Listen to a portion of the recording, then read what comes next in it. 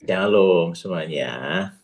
Iya, oke. Hari ini akan disampaikan oleh Bapak Johannes Soni mengenai kemurnian hati. Ya, oke. Mungkin tidak berlama-lama lagi. Silahkan untuk dimulai, Bapak Paulus. Terima kasih. Oke. Halo, Koyo. Halo, Balus. Iya, saya kalau mau manggil Pastor Yo kok kayaknya ganggu ya. Teman Ya, kantor ya. biasa manggil Koyo ya, nggak apa-apa Ya, ya. Jadi memang kita cukup dekat, jadi saya panggil Koyo aja ya. Koyo, iya. ini ada beberapa pertanyaan yang menarik ini Koyo ya. Mm-mm. Pertama kalau bicara tentang hati, motivasi hati. Ya, bagaimana di dalam perjalanan pelayanan yang memang kita butuhkan ya. Karena kan kita pelayanan nanti kan ini long term, bahkan sampai sampai kita kembali ke rumah Bapak atau memang Tuhan yang Yes. datang menjemput kita ya, datang kedua kali. Nah, kita kepingin tetap di dalam panggilan dan tetap berbuah di dalam panggilan. Nah, pertanyaan itu berkaitan semua dengan area di mana kita mau setia di hadapan Tuhan. Nah, pertanyaan-pertanyaan pertamanya begini, Guyu. Ini ada seseorang ya, mungkin salah satu peserta ini yang mungkin melihat ya dari beberapa hal yang terjadi di luar itu, terus mendengarkan dari materi yang ada, terutama tentang jebakan-jebakan kemudian hati yang bicara tentang urapan itu menarik banyak orang, sehingga berhati-hatilah. Nah, dia dapati mungkin ada seseorang yang dipakai Tuhan, pelayan Tuhan yang dipakai Tuhan di dalam urapan, tetapi urapan itu disalahgunakan untuk kepentingan pribadi. Nah, bagaimana Koyo? Ini kelihatannya yang bertanya ini kenal dengan pelayan Tuhan itu atau dengan orang yang diurapi itu. Bagaimana caranya untuk bisa memberitahu atau menasihati orang tersebut? Mungkin Koyo pernah ada tips nggak Koyo ya kalau ketemu dengan orang yang seperti itu, cara untuk memberitahu dan menasihatinya bagaimana Koyo? Ya. Oke, sekali lagi sebelum saya jawab ini, Shalom semuanya, Bapak Ibu, teman-teman semua peserta di X29. Untuk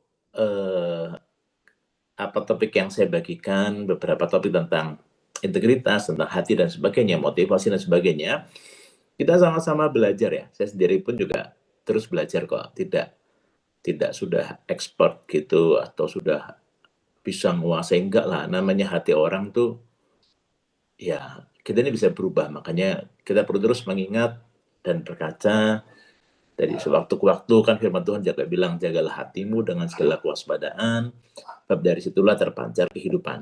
Nah, betul yang saya bagikan yang dikutip oleh yang menanya, bahwa saya ada statement yang bilang urapan itu bisa menarik banyak orang. Jadi karisma itu bisa menarik banyak orang, termasuk jemaat gitu ya.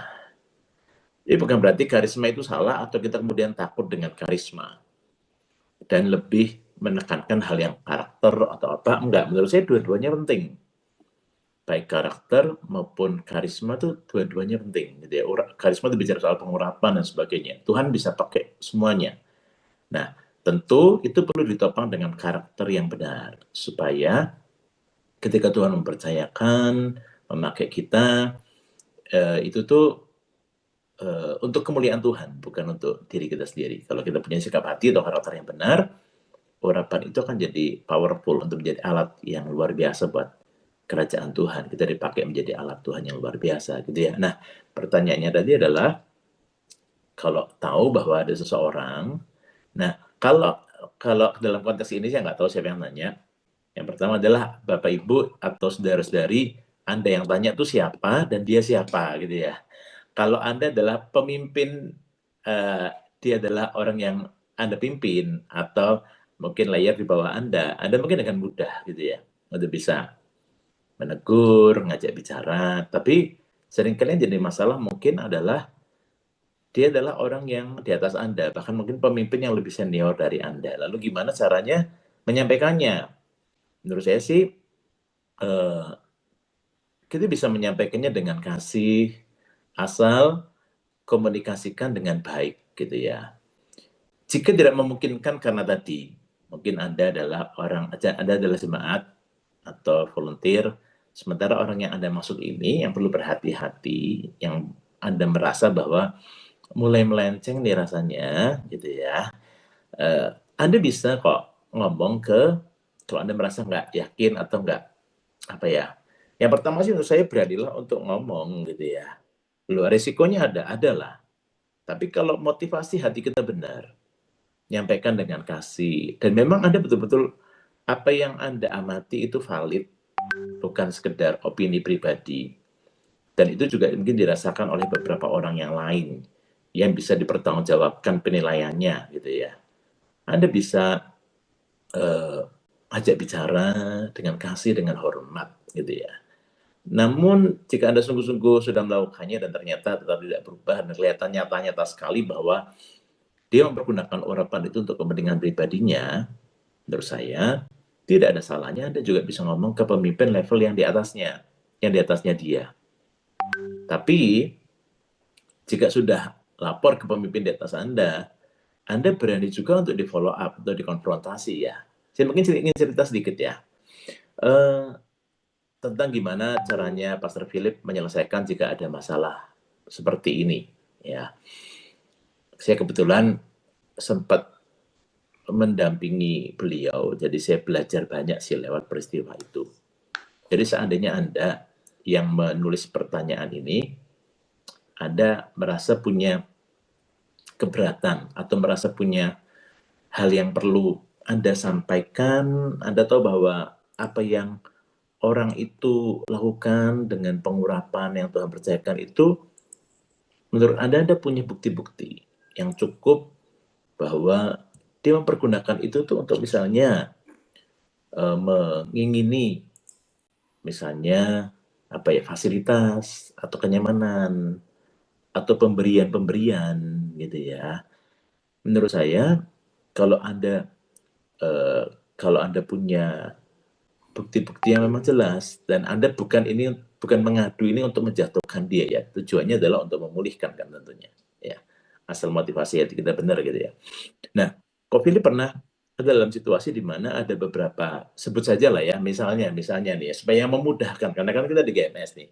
Ada layer kepemimpinan yang dengan mudah Anda bisa ini dipakai untuk buat Anda lebih jelas aja. Nah, jadi ini anggap aja misalnya ada beberapa coach itu yang merasa bahwa TL mereka, tim leader mereka kan berarti orang yang di atasnya ya.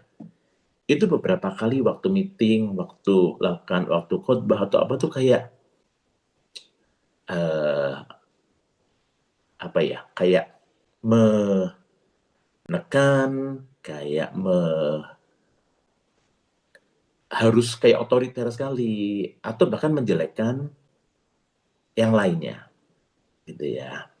Nah, mereka sudah berusaha ngomong ke TL tersebut tapi rasanya tidak ada perubahan dan itu ternyata juga dirasakan oleh coach-coach yang lain ya. Kemudian mereka kehabisan akal, mereka frustrasi, mereka sempat tanya ke saya karena kan di atasnya TL misalnya ya, ini contoh aja, di atas TL itu adalah saya sebagai host pastor ya, sebelum kemudian naik lagi ke Pastor Philip. Saya bilang begini, kalau kalian berani ngomong, ayo ya kita ngomong sama-sama gitu ya. Lalu kemudian atau kalau kalian merasa bahwa saya kan mau bahwa saya itu kan tidak ada di situasi di mana hal itu terjadi. Ya. Saya pernah juga menegur TL ini dalam kisah yang lain gitu ya. Lalu akhirnya singkat cerita coach-coach ini hanya naik ke Pastor Philip. Ya. Waktu Pastor Philip dengar itu, saya juga diajak bicara, saya juga ada di meeting itu, para coach-coach ini beberapa, ada misalnya 3 atau 4 coach ngomong beberapa hal, tapi Pastor Philip ngomong bahwa tentu yang semakin tinggi layer kepemimpinannya, posisinya pasti tanggung jawabnya lebih besar gitu ya, untuk mengamankan dan menenangkan hati mereka. Jadi Pastor Philip juga bilang bahwa, tapi setiap kali report yang masuk ke saya, ke meja saya istilahnya, saya akan follow up dengan sungguh-sungguh. Saya akan beresin. Kau berani enggak? Nah, kamu enggak berani, enggak usah. Berarti kan mungkin maksudnya enggak baik gitu ya. Kalau ada orang yang sudah menyodorkan, nih loh ada masalah pemimpinku. Tapi Anda enggak mau apa ya, di follow up untuk diajak konfrontasi jika diperlukan. Yaitu malah meragukan lah apakah laporannya benar atau enggak, ya kan. Nah, kemudian setelah beberapa saat ngobrol-ngobrol, Pak Stefli bisa ngomong bahwa oke, yang kisah itu valid untuk dibicarakan.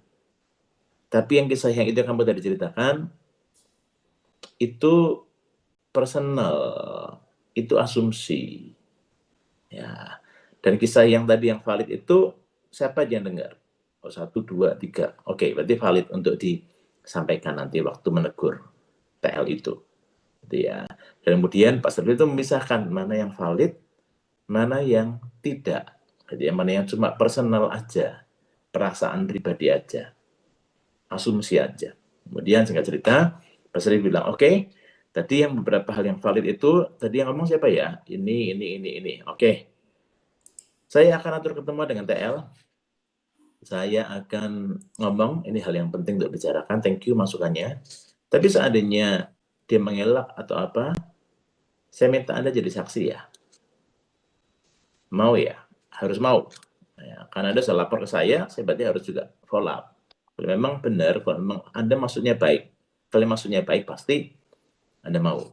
Ya singkat cerita, beberapa hari kemudian Pak Stefli panggil TL itu juga bersama saya juga. Kemudian puji Tuhannya sih waktu itu TL tersebut juga mengakui, dia bilang bahwa secara intens mungkin aku tidak bermaksud, tapi bisa jadi orang salah menafsirkan dan punya kesimpulan seperti itu. Ya, aku keliru, aku tidak bijaksana. Ya, nah untungnya nggak sampai saksi-saksi itu atau pelapor-pelapor itu dihadirkan, TL-nya sudah mengakui. Ya. Nah, tapi waktu ketemuan itu, sebelum ketemuan sudah dikasih tahu nih coach-coach yang harus dipersiapkan jadi saksi. Kalian jam sekian deket-deket ada di daerah sini ya, tempat aku ketemu sama TL itu. Jadi sewaktu-waktu tak panggil, dalam 10-15 menit kalian bisa langsung hadir di sini untuk kita bicarakan.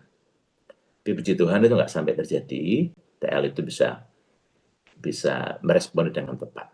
Ini contoh kasus saja. Ya, jadi dari situ saya belajar bahwa kalau Anda memang punya keberatan, Anda berani sampaikan, namun ternyata orangnya nggak berubah, Anda betul-betul yakin Anda maksudnya adalah karena kasih. Dan Anda kehabisan akal, Anda juga merasa bahwa stres karena Anda tidak lebih sejahtera, apalagi mungkin Anda yang dipimpin, Anda gelisah, lebih baik Anda lapor ke pemimpin yang di atasnya. Tapi kalau Anda lapor, Anda punya keberanian juga untuk mempertanggungjawabkan apa yang Anda laporkan ya, supaya sama-sama dalam terang gitu ya. Jangan sampai hanya sekedar itu isu yang nggak jelas. Apalagi kalau jangan Pak, nanti saya gini-gini. Anda berarti yang melapor ini tidak serius.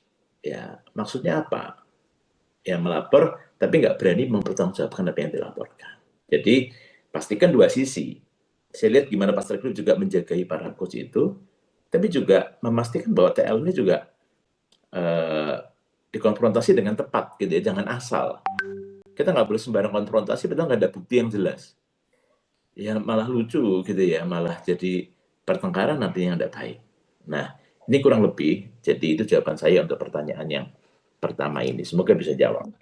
Oke, thank you Goyo. Ya, saya ingat bahwa kita ini kan penggembalaan ya, jadi ada hierarki gitu ya. Hierarki itu bukan bicara posisi sebetulnya, tapi bicara tentang sebuah hubungan juga. Ya, jadi kalau terjadi hal yang ditanyakan itu silakan ceritakan, tapi yang penting pertama adalah motivasi hati kita.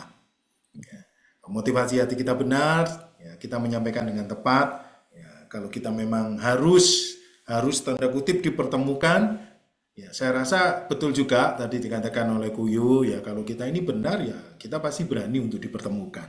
Toh semuanya untuk kebenaran, ya, untuk sebuah perubahan yang lebih baik. Oke, thank you Goyo. Goyo ini lanjut ini ada pertanyaan yang menarik Goyo. Pertanyaannya begini, ya ini dari salah satu peserta, mungkin dia adalah seorang leader juga ini. Leader ini mau bertanya tentang sebuah integritas ya Goyo ya, tentang sebuah integritas. Jadi leader ini punya member itu tenaga ahli di sebuah rumah sakit gitu ya Bu ya. Rumah sakit pemerintahan dia adalah, dan membernya ini tenaga ahli yang punya hati yang cukup apa ya, melayani dan cukup punya belas kasihan yang besar Guyu. Dan seringkali banyak ya, jemaat yang ada member-member yang lain itu kalau ngurus ke rumah sakit ini bisa lebih mudah, terutama kalau berurusan dengan BPJS Guyu. Dengan BPJS menolong setiap jemaat yang mohon maaf kurang mampu di sana untuk bisa mendapatkan perawatan dan pengobatan yang baik. Nah, cuma itu beberapa kali ditemukan Guyu, karena kan kita bisa tahu ya bahwa BPJS itu kan ada beberapa syaratnya. Gitu ya. Ya seperti asuransi kan harus ada syaratnya untuk bisa ngeklaim. Nah, untuk bisa ngeklaim itu akhirnya kondisi sesungguhnya itu seharusnya tidak layak untuk mendapatkannya, klaim-klaiman itu. Tetapi member yang ahli medis ini mencoba berusaha ya agar bisa, karena melihat yang ditolong itu memang mohon maaf orang yang kurang mampu Guyu. Ini bagaimana Goyo? Ya, jadi leadernya ini tahu, ini kepingin tanya kepada Goyo gimana caranya untuk menyampaikan. Ya satu sisi belas kasihan, tapi kan satu sisi kan kita tanda kutip memanipulasi kan di dalam apa ya, di dalam peraturan yang ada. Nah, kalau Goyo menghadapi seperti ini, kira-kira ada tips seperti apa ya Goyo untuk bisa menjelaskan kepada member yang tenaga medis itu? Silakan Goyo. Iya. Menurut saya kita kembali kepada definisi apa itu yang namanya integritas. Integritas adalah prinsip moral, etika yang kokoh gitu ya, yang tidak tergoyahkan. Itu tidak bersikap dua muka gitu ya. Satu sisi, untuk sisi orang yang ditolong dia pahlawan. Untuk sisi yang pemerintahan mungkin dia adalah orang yang memanipulasi data dan sebagainya. Nah, integritas bukan seperti itu. Nah, Bapak Ibu, teman-teman, ini pertanyaan aja nggak usah dijawab gitu ya. Menurut Anda, ini film yang dari dulu terkenal namanya Robin Hood gitu ya. Robin Hood itu gimana? Baik atau nggak baik? Ya, di sisi yang menerima uang curian itu mungkin baik. Tapi di sisi orang-orang kaya, dia jahat. Itu ya. Nah, sebetulnya Robin Hood ini juga termasuk orang yang dia ini menurut saya dia bermuka dua gitu ya. Nah, kalau menurut saya kalau Anda dalam posisi pemimpin Anda mau menegur orang tersebut, menurut saya mungkin bisa diberitahu aja daripada kamu salah, nanti hati nuranimu juga menuduh meskipun maksudnya baik dan mulia. Tapi alangkah lebih baiknya mungkin kau bisa mengusahakannya dengan cara lain gitu ya. Misalnya bersama dengan MSP mengadakan peduli kesehatan, kan ada ya. Seperti itu. Atau solusi lain yang tidak melanggar integritas. Misalnya bisa berjuang nih, Anda sebagai tenaga medis, Anda mungkin punya suara ke pemerintahan dan berkata bahwa kita perlu loh mungkin ada bakti sosial gitu ya. Atau apa. Lalu juga Anda bisa juga beritahu bahwa di gereja kita ini juga ada pelayanan yang namanya selain GMS peduli, juga ada yang namanya diakonia jika diperlukan. Misalnya untuk nebus obat atau apa jika itu diperlukan ya. Saya berharap Bapak Ibu sudah tahu kan bahwa di gereja kita ada layanan diakonia namanya. Jadi kita bisa mengajukan permohonan bantuan. GMS peduli bukan hanya di beasiswa, tapi juga beasiswa pelajar dan sebagainya, tapi juga ada yang namanya diakonia untuk membantu jemaat yang memang berkekurangan. Tapi tentunya dengan survei tertentu ya. Kalau angkanya tertentu, dia bisa mendapatkan diakonia atau ada sebuah hal yang insidentil, misalnya kecelakaan, keluarga kesulitan dan sebagainya, itu bisa ada bantuan. Meskipun mungkin tidak bisa memenuhi semua kebutuhan yang ada plafonnya tertentu. Karena kan kebutuhannya banyak untuk GMS seluruh dunia ya. Jadi harus dipastikan bahwa tepat nyampainya dan ya orang-orang jangan bukan hanya bantu satu orang lalu 90 orang yang lain kesulitan gitu kan ya nggak bisa juga. Jadi memang ada plafon tertentu, ada kebijakan tertentu. Jadi daripada salah gitu di hadapan Tuhan, melanggar prinsip moral, lebih baik kalau membantu apa nggak sebaiknya misalnya mengajukan mengusulkan program untuk GMS Peduli itu mengadakan secara berkala setahun beberapa kali peduli kesehatan, cek kesehatan gratis, berikan vitamin, obat-obatan dan sebagainya. Atau tahu ada link-link yang lain mungkin yang bisa membantu, yang mungkin di luar BPJS gitu ya, yang punya yayasan-yayasan tertentu yang bisa juga dipakai untuk memfasilitasi hal ini, atau diakonia tadi. Menurut saya itu lebih baik seperti itu ya. Kecuali memang, karena saya nggak ngerti sih kalau BPJS itu ada syarat dan ketentuan berlaku ya. Jadi memang tidak semua ya, kayak asuransi lah kan, tidak semua bisa diklaim gitu ya. Nah, tapi menurut saya ya sebaiknya integritas tetap dijaga. Jadi itu bukan abu-abu, putih-putih, hitam-hitam gitu ya. Jadi makanya kita perlu untuk lebih bijaksana, cari cara lain yang lebih tidak melanggar kekudusan, tidak melanggar integritas itu. Thank you.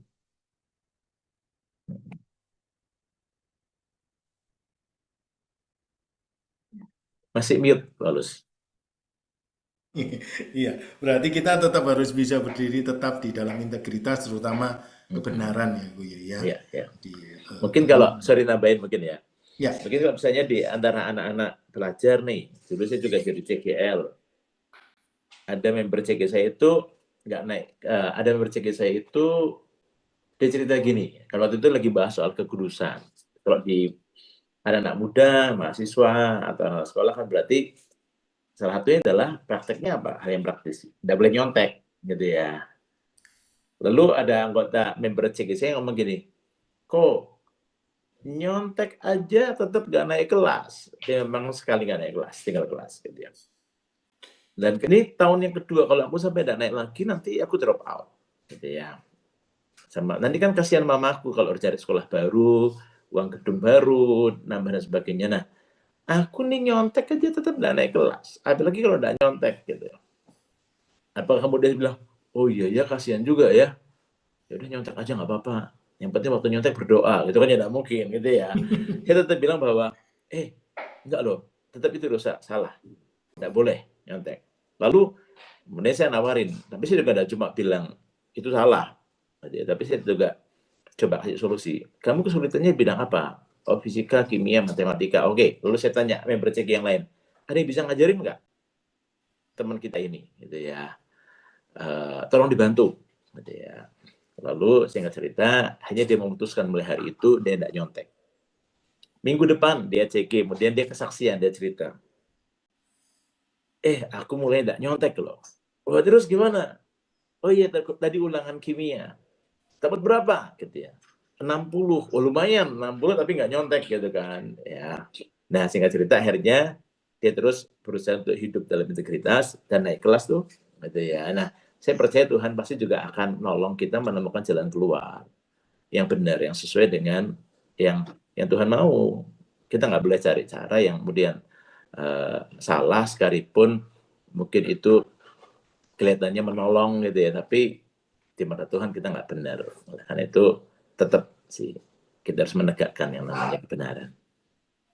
oke, ya, thank you Goyo buat jawabannya. Ini lengkap ya, kalau menjawab untuk yang keluarga dan untuk menjawab yang masih auge-auge gitu ya. Jadi jawabannya dua sisi, tetap kita harus berdiri di dalam integritas. Ya, jangan abu-abu, iya katakan ya, tidak katakan tidak. Oke, pertanyaan berikutnya Goyo. Goyo boleh tahu nggak, Goyo ini sudah melayani Tuhan, jadi hamba Tuhan sudah berapa tahun, Go? Kalau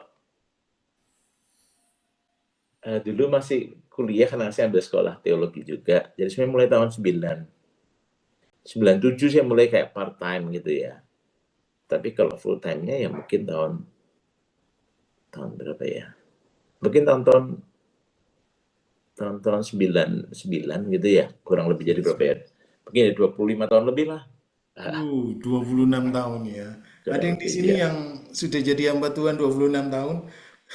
Saya masih jauh di bawahnya Mas Rio Koyo. Oke, pertanyaannya begini Koyo. Ini pertanyaannya adalah Koyo di masa-masa yang Mm-mm. seperti itu kan pasti banyak Mm-mm. tantangan ya Mm-mm. Koyo ya. Pasti kan banyak ujian juga, pasti banyak proses yang terjadi. Gitu.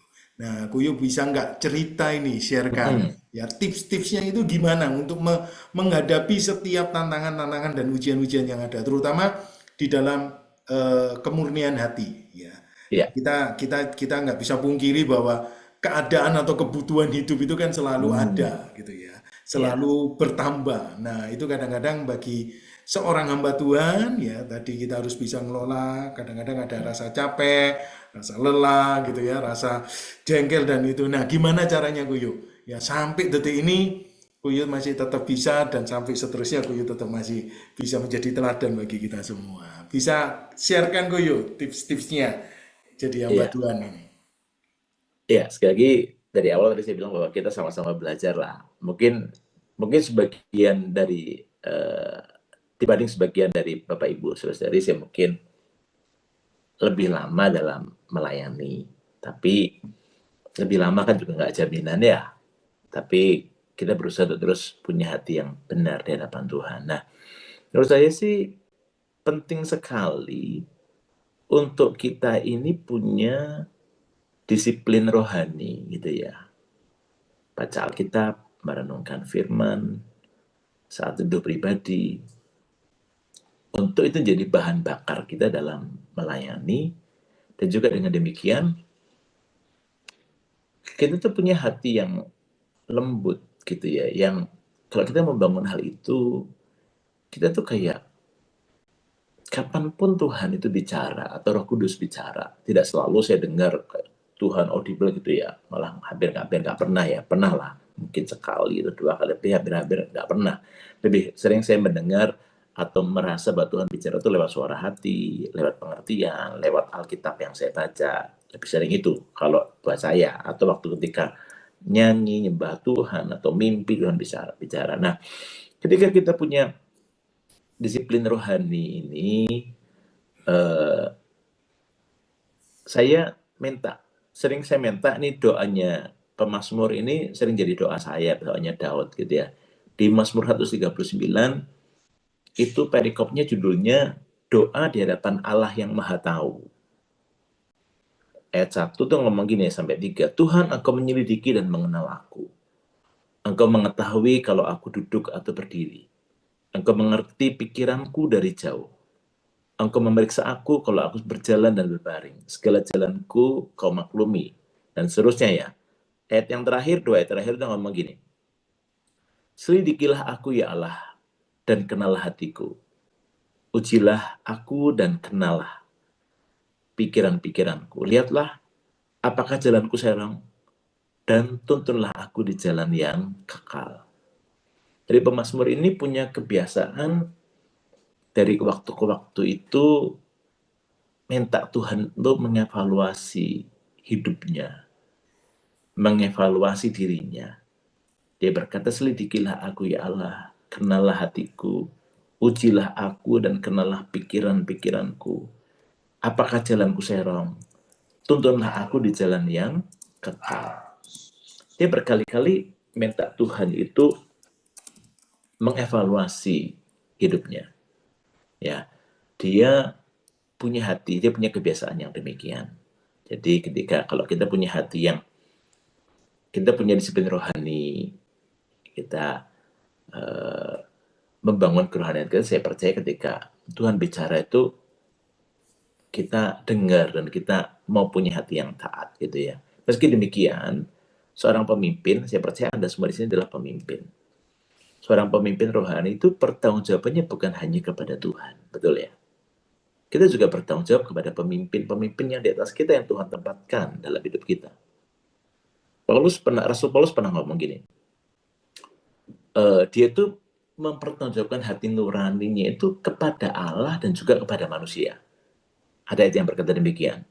Manusia itu siapa? Orang-orang yang kita layani, ya, terutama juga pemimpin-pemimpin yang Tuhan tempatkan di atas kita, gitu ya. Jadi saya dorong kita untuk kita tuh punya yang namanya rekan akuntabilitas. Apakah maksudnya rekan akuntabilitas itu? Rekan akuntabilitas adalah orang-orang yang tidak banyak orang mungkin, beberapa orang saja dalam hidup Anda yang Anda memberi diri untuk Anda itu dikoreksi, dievaluasi, dinasehati. Kepada sedikit orang itu Anda berani cerita dan jujur.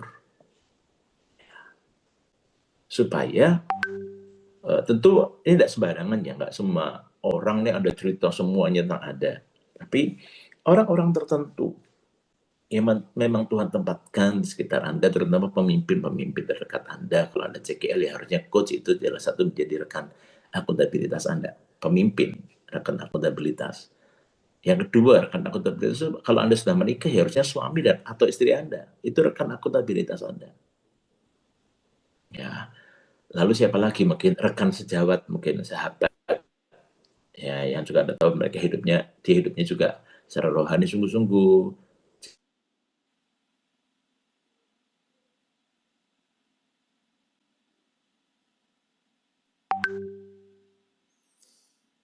Ya, sebentar ya. Bapak Ibu ini punya yang lain. Goyo, Gimana? maaf, tadi nge-freeze Goyo. Oh, sorry. Iya. Iya. Yang bagian mana ya, Lus? Iya. Yang bagian ngerti. Punya rekan atau hamba Oh iya. Tuhan rekan ini. Oke. Kita perlu punya rekan akuntabilitas. Mengapa demikian? Karena kita perlu saling menjaga satu dengan yang lain. Gitu ya. Hati bisa berubah. Kadang-kadang kita nggak nyadar. Tuhan, makanya saya bilang yang pertama adalah Tuhan. Makanya kita perlu punya disiplin rohani. Ketika Tuhan, dan kita berdoa seperti pemazmur berdoa tadi, Daud berdoa, ujilah aku Tuhan, kenallah hatiku. Ada lagu lama yang ngomong gini kan, selidiklah akan aku ya Allah, ketahuilah akan hatiku, ujilah akan aku dan ketahuilah akan segala kepikiranku. Kalau lagu yang lebih modern ngomong, selidiki aku, lihat hatiku.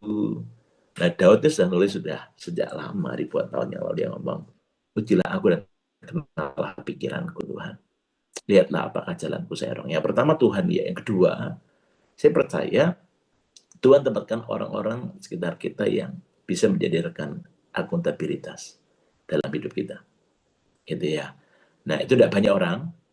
Anda perlu menemukan orang-orang tersebut itu untuk menolong, untuk menjaga kita. Ya, Anda bisa ngomong ke pemimpin Anda, Pak, Bu, tolong jaga saya ya. Boleh nggak? Saya lebih open ke Bapak Ibu.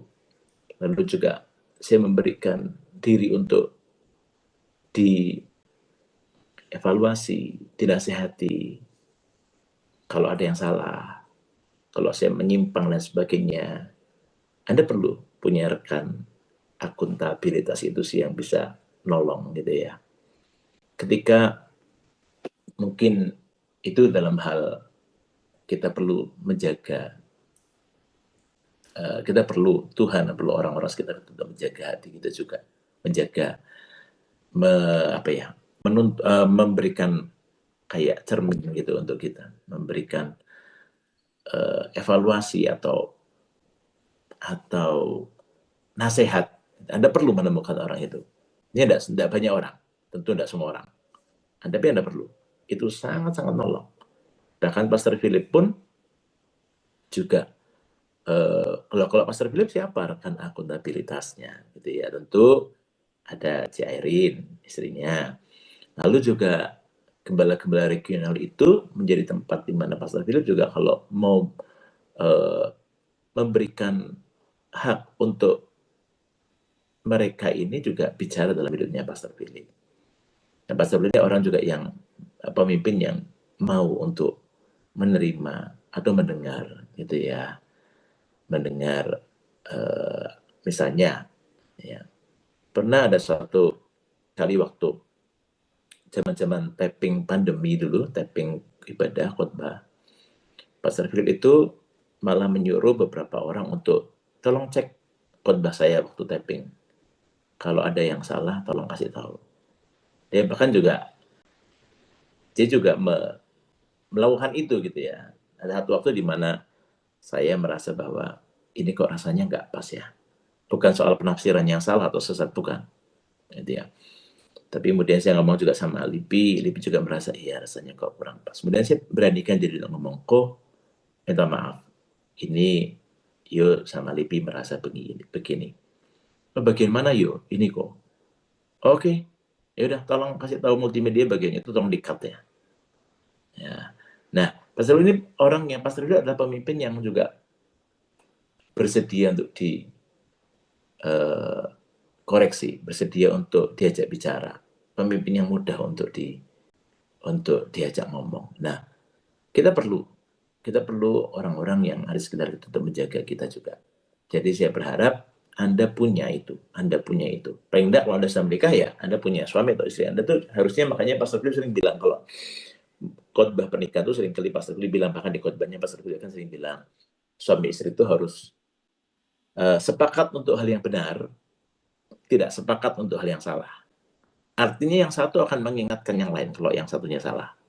Jangan seperti Ananias dan Safira. Ananias bohong, Safiranya sama juga. Harusnya tidak demikian. Ya, jadi makanya perlu pilih pasangan hidup buat yang masih single yang belum menikah. Perlu pilih pasangan hidup yang sungguh-sungguh, yang takut akan Tuhan. Itu kan jadi rekan akuntabilitas seumur hidupmu. Ya, oke. Saya rasa itu sih. Kalau misalnya tantangan-tantangan yang lain gitu ya seringkali saya masuk hadirat Tuhan, saya nyembah Tuhan. Lagu itu jadi salah satu lagu yang sering ngingetin saya untuk lagu yang pernah saya pakai waktu di retreat sinode yang mungkin tahun lalu ya, yang Turn your eyes upon Jesus, look full in His wonderful face, dan seterusnya. Itu kadang tahu lagu seperti itu menolong saya untuk ingat apa sih kesulitan, tantangan yang kuhadapi dibanding dengan penderitaan Yesus di kayu salib. Kenapa kok aku mengeluh? Kenapa kok aku menginginkan perlakuan tertentu? Ya, itu lagu-lagu seperti itu tentang saya sengaja nyanyikan. Saya punya playlistnya di handphone saya untuk saya kayak merenung. Penting benar lagi di hadapan Tuhan. Gitu, Paulus. Oke, thank you Goyo. Kuncinya ya tetap kembali lagi ke saat teduh ya Goyo ya. Iya. Itu kekuatan kita ya.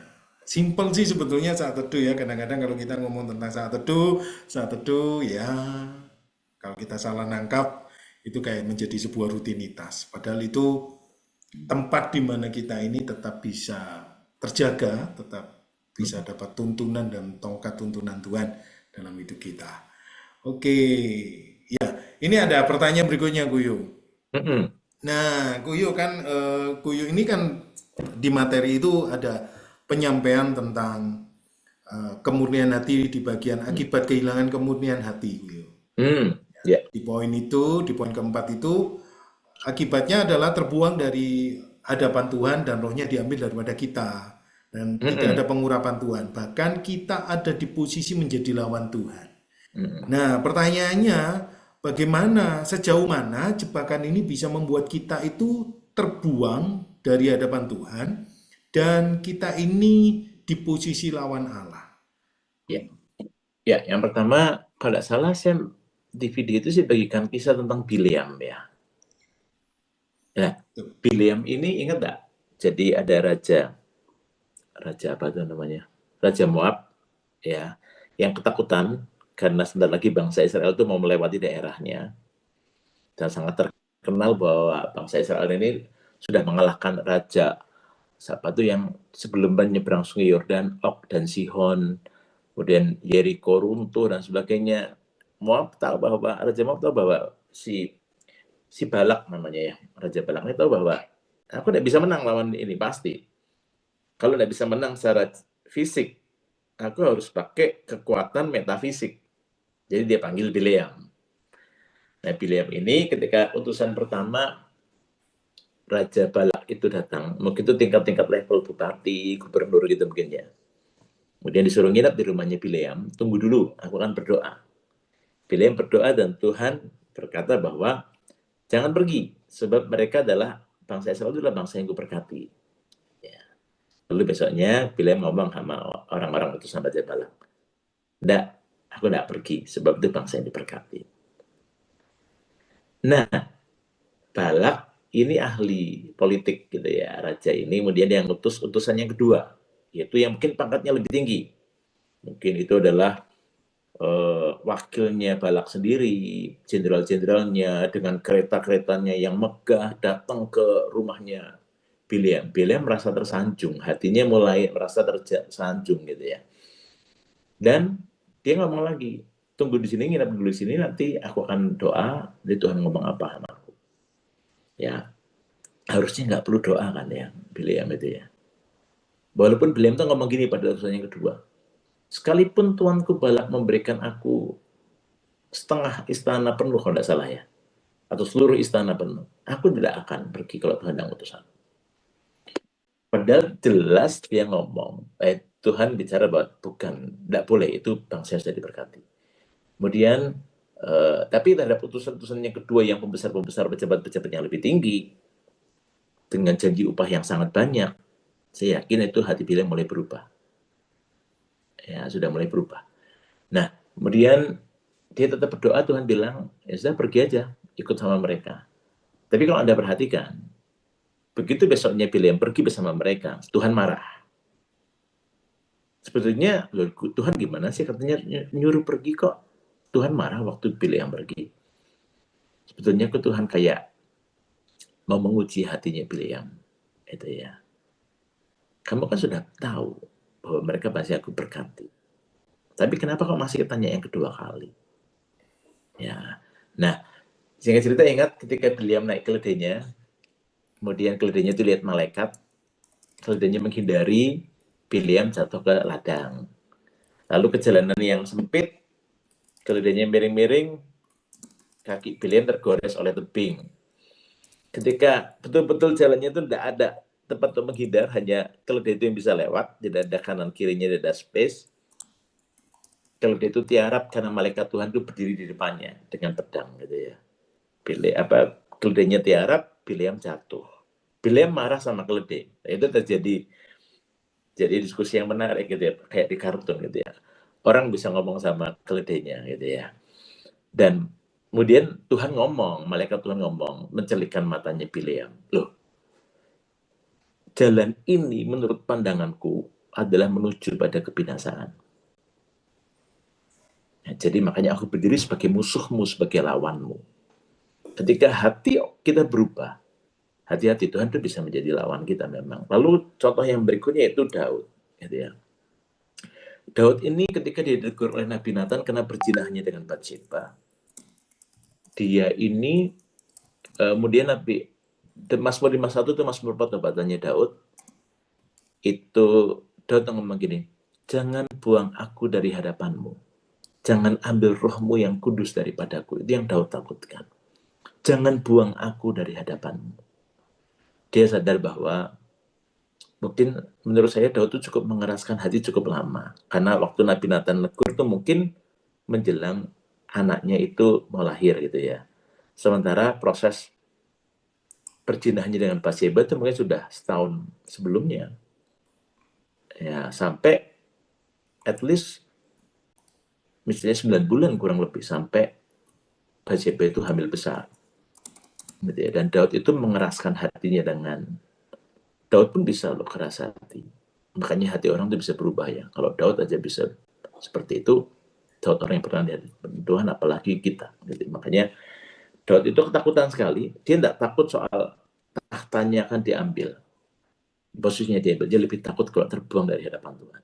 Kalau roh yang kudus itu diambil dari hidupnya. Nah, sampai level mana kita bisa disebut sebagai lawannya Tuhan gitu ya. Menurut saya sih, ya sebelum sampai level itu, ketika sudah mulai muncul tanda-tanda yang lebih baik, jangan teruskan gitu ya. Makanya kita perlu punya hati yang lembut, yang mudah dinasihati ketika Roh Kudus bicara dalam kehidupan kita.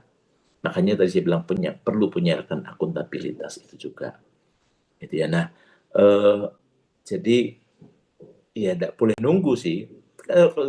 Saya percaya bahwa Tuhan itu ada di GMS, Tuhan itu ada atas gerejanya. Kalau toh orang-orang nggak tahu gitu ya, suatu saat pasti itu akan terungkap. Nah, kalau Tuhan yang menyikapkan sendiri biasanya lebih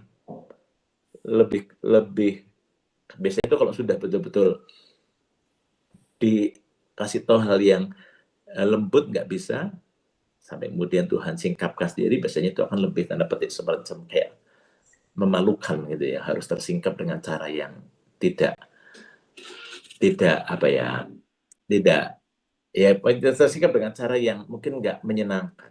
Saya percaya ada Tuhan atas gereja ini, sehingga percaya pasti Tuhan itu pasti akan nyatakan kebenarannya, nyatakan kekudusannya. Tuhan tidak akan tinggal diam. Ya, kalau sampai ada orang yang mulai hatinya berubah, nggak benar, pemimpin malah mungkin nggak tahu, atau nggak bisa diomongin dan sebagainya, Tuhan pasti akan singkapkan. Entah gimana caranya, Tuhan punya cara karena ada Tuhan atas gereja ini. Amin. Ya, itu sih kurang lebih, semoga bisa jawab ya lewat cerita Biliam dan Daud ini. Oke, Jangan nunggu, thank you jangan Koyo buat nunggu itu terjadi jawabannya. dulu. Iya. Iya, sorry. Thank you Ko buat jawabannya. Ini Ya, satu pertanyaan terakhir Ko, ya. karena sudah juga hampir jam 8. Mm, Ini pertanyaannya yang bertanya mungkin kepingin menjaga hati ya Ko ya, mm, motivasi hati.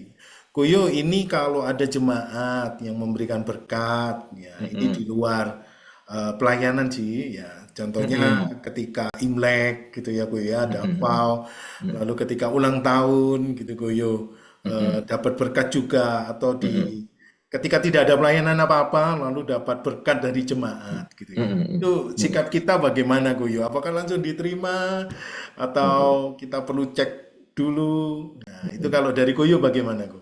Iya, ini tadi kalau nggak salah Lena sempat Pastor Lena sempat jawab ini ya, nggak salah ya. Tapi Iya, coba itu saya jawab tapi ya, yang berkaitan pelayanan Ko. pelayanan ya. Nah, kalau ini tidak berkaitan dengan pelayanan, misalnya dengan apa ya, misalnya anak kita eh, ulang tahun atau apa dikasih, atau lagi Chinese New Year atau apa dikasih angpau atau apa gitu ya. Nah, Ya, kalau saya biasanya akan lah kalau itu menolak itu agak sulit gitu ya, karena malah nanti cuma bisa marah. Tapi yang saya lakukan adalah saya ngomong ke pemimpin saya, ke Pastor Philip gitu, untuk ini ada jemaat yang gini ngasih ini, mohon arahannya ya ya, pokoknya siaplah. Misalnya Philip merasa bahwa yuk itu kamu berikan ke ini, atau apapun, atau bahkan boleh bilang berikan persembahannya, berikan angpau itu ke gereja. Kita diajari di gereja ini seperti yang Pastor Lena bagikan, bahwa ini full timer loh ya, saya ngomongnya full timer ya berarti ya, konteksnya ya. ya betul. Kalau Anda bukan full timer ya mungkin saya tidak tahu apakah Anda harus seperti ini, saya tidak ngerti. Tapi kalau buat saya, untuk saya menjaga hati supaya tidak melenceng hanya ke orientasinya ke sana, saya akan, karena saya sebagai full timer, saya akan komunikasikan itu ke Pastor Philip. Seringkali sih Pastor Philip hampir selalu bilang, yo itu berkatmu, ya pakai buat pergi sama anak-anak makan atau apa. Seringkali seperti itu. Ya. Atau tadi misalnya ada jemaat yang ngasih untuk sekolahnya anak ini, saya nggak report gitu ya. Itu sebetulnya bukan sebuah kewajiban, tidak ada aturan, tapi itu usaha yang Pastor Philip ajarkan buat kita, untuk kita ini saling menjaga tadi, supaya jangan sampai kita akhirnya hati kita tuh mulai terpaut pada harta. Apalagi ketika kita ada dalam kebutuhan gitu ya. Kita akhirnya tidak lagi mengandalkan Tuhan, malah mengandalkan atau mempergunakan posisi kita untuk mendapatkan kebaikan dari jemaat. Itu tidak boleh. Rasulullah pernah ngomong gini, sebab bukan hartamu yang kucari, tapi dirimu. Jadi ketika kita melayani, termasuk di Anda full time bukan, enjoy lah melayani itu dengan apa ya, dengan tulus gitu ya. Hubungan itu relasional, jangan transaksional. Kalau hati kita tidak benar, pelayanan kita ini bisa transaksional. Kita bisa merasa bahwa aku sampai ini gini, aku pantas lah kalau aku dapat perlakuan seperti ini. Nggak boleh. Ya, nggak boleh. Oh, itu self reward lah. Saya merasa kok bahaya ya. Saya sih lebih baik milih untuk mencukupkan diri dengan apa yang ada, atau kalau toh saya dalam kebutuhan tapi kok nggak ada, kelihatannya dalam sebuah kepepet misalnya loh ya, itu saatnya untuk saya melihat mujizat Tuhan, tapi bukan membantu Tuhan dengan cara memanfaatkan posisi saya untuk ngasih clue-clue atau hint kepada jemaat untuk tolong aku. Itu tidak boleh menurut saya. Nah itu di situ kemurnian hati kita diuji. Ya, gitu sih Pak Paulus ya. Oke. Semoga bisa nolong, itu yang saya lakukan ya. Ya. Ya. Oke. Berarti diterima dulu ya, Ko ya, baru kita sharekan Kalau itu cerita. bukan karena pelayanan, itu tidak mudah sih. Maksudnya, saya ada orang yang ngasih tiba-tiba, ya biasanya sih sering kali ya makanan atau apalah ya. Maksudnya kita tolak ya, tidak mungkin lah kita tolak gitu ya. Pernah saya pernah deh, ada satu yang waktu itu bilang, saya merasa kok enggak ya, saya tolak. Saya terima, ketika saya buka saya kaget, buat saya nilainya berlebihan. Saya merasa aduh, saya malah takut. Saya ngomong ke pemimpin, saya kembalikan. Tapi ya mungkin waktu itu saya saya sempat orang itu sempat salah paham sama saya, loh kok gitu sih gitu ya. Nah saya juga lihat orang yang ngasih itu siapa gitu ya. Kalau orang itu adalah orang yang terbiasa misalnya manggil hamba-hamba Tuhan lain selain GMS juga ke rumahnya untuk doa atau apa, kemudian ngasih bahkan ada hamba Tuhan yang memanfaatkan dia untuk minta mobil atau apa. Saya ingin memberikan kesan, apalagi ini orang baru, saya memberikan kesan bahwa bukan jaga image ya, tapi dari hati yang tulus, karena memang Pastor Philip ngajarin itu. Saya ingin ngomong bahwa kita hamba-hamba dari GMS bukan kayak gitu. Jangan sampai kita hanya bisa dibeli dengan uang gitu ya. Kita harus tahu siapa yang memberi. Ya. Nah, kalau yang memberi jelas-jelas punya motivasi atau ada kecenderungan gitu, lebih baik tolak sih. Tapi kalau orangnya tulus, baik, tidak ada maksud apa-apa, kadang-kadang juga kita nggak bisa nolak, bukan karena apa, tapi karena kadang-kadang sudah ada di rumah atau apa gitu ya. Saya akan ngomong ke Pastor Philip. Ya, pernah saya satu mengembalikan, sekali pernah. Karena itu saya merasa bahwa ini nih orang yang memberi ini saya belum tahu kenal, orang baru, dan saya tahu ada sejarah begini, saya merasa enggak lah. Ini saya kembalikan. Tanpa saya tanya rasanya waktu itu. Ya. Jadi ya itu pemimpin nolong sih untuk apa. Tapi sekali lagi pemimpin itu bukan pemimpin yang kemudian kita tidak bisa menikmati, itu enggak. Sering kali Pastor Philip selalu bilang, ya untuk kamu dan keluargamu, enjoy ya. Oke, Guyu, thank you. Ini nggak taunya masuk lagi, yang bertanya lagi Guyu ya. Ini jadi satu orang ketiga. Ya, satu Gimana? ini ya Guyu ya. Ini karena berkaitan tadi juga Guyu tadi kan sampaikan kita kan nggak boleh ngasih hint-hint kepada jemaat. Nah, andai kata kalau memang kita ini lagi bergumul, memang kita butuh, ya Guyu. Tapi kita ini bergumul, kita ini berdoanya sama Tuhan. Tapi ketika kita berdoa itu lalu ada jemaat yang memberi kepada kita sesuai dengan apa yang kita gumulkan. Nah, pertanyaannya adalah, apakah ini memang bagian pertolongan Tuhan atau ya istilahnya kita ini menerima ya gitu ya Ko ya dengan sukacita atau perlu nggak kita masih mengujinya gitu Ko ya, Ah, sikap kita. iya, menurut saya sangat besar itu pertolongan Tuhan. Asal kita menyampaikan pergumulan itu kepada Tuhan ya. Bukan kita mau doanya keras-keras gitu ya. Sekalipun kita doa satu pribadi, tapi mungkin ada jemaat yang lagi di ruang tamu kita doanya di dalam itu keras-keras supaya mereka dengar ya, itu lain cerita. Rasanya enggak lah ya. Rasanya ada yang tanya enggak seperti itu. Maksudnya ada betul-betul tidak cerita ke yang lain, hanya antara istri Anda dan Anda yang tahu. Ada pergumulan, kok ada itu? Apakah itu pertolongan Tuhan? Tentu saja sangat besar kemungkinannya, itu ya. Tapi tetap saya selalu akan komunikasikan ke pemimpin sih, ya. Sekalipun saya nggak cerita ke pemimpin soal pergumulan saya. Biasanya ya hanya antara kami berdua. Kalau misalnya ada pergumulan seperti itu ya, biasanya bahkan kami nggak perlu sampai ngomong ke pemimpin. Tapi bukan berarti nggak boleh ngomong. Sekali lagi, kalau Anda punya rekan akuntabilitas, Anda bisa ngomong, tapi kan Anda tahu, Anda nggak ngomong ke semua orang. Anda ngomong sama pemimpin, kok kami lagi dalam pergumulan kayak gini. Ya, jangan pinjol ya, Bapak Ibu. Ya, pokoknya nggak boleh pinjol. Tuhan bisa pakai cara yang lain untuk menolong kita. Gitu Iya ya. betul. Oke, itu sih kira Iya. bagus. Ya, Note terakhirnya ini penting ya, jangan ya, pinjol. ya, Karena pinjol cepat cair Ko ya. Ya ya, itu ya. bukan pertolongan Tuhan.